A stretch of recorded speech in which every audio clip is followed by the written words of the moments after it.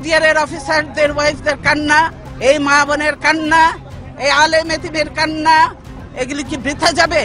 এগুলি কোনোদিনও বৃথা যাবে না। দেশে গণতন্ত্র যখন বিপদের মুখে পড়েছে তখনই আপোষহীন নেত্রী খালেদা জিয়া দাঁড়িয়েছিলেন একাই। 2013 সালে ফ্যাসিস্ট শেখ হাসিনা বিরোধী দলকে দমন পীড়নের লীলা খেলায় মেতে উঠেছিল।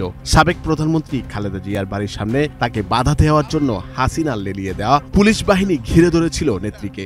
বালুর ট্রাক দিয়ে তার বাসার গেট অবরুদ্ধ করে রাখা হয়েছিল। তখন সাংবাদিকদের কাছে দেশবাসীকে দেয়া বক্তব্য আজও সবার হৃদয়ে দাগ কাটে। সেদিন ফ্যাসিস্ট শেখ হাসিনা গণতন্ত্রের টুটি চেপে ধরেছিলেন সব দিক দিয়ে। তার বিরুদ্ধে বেগম খালেদা জিয়া বলিষ্ঠ কণ্ঠে প্রতিবাদ জানিয়েছিলেন। দেশটা কি আপনাদের একলার পৈতৃক সম্পত্তি হয়ে গেছে আওয়ামী লীগের? যে গুন্ডা বাহিনী দিয়ে আমাদের প্রোগ্রাম বন্ধ করতে চান, পুলিশ বাহিনী দিয়ে প্রোগ্রাম বন্ধ করতে চান। সাহস থেকে কাউন্টার প্রোগ্রাম করে দেখাতেন, সাহস নেই। 10টা লোকও আসে না।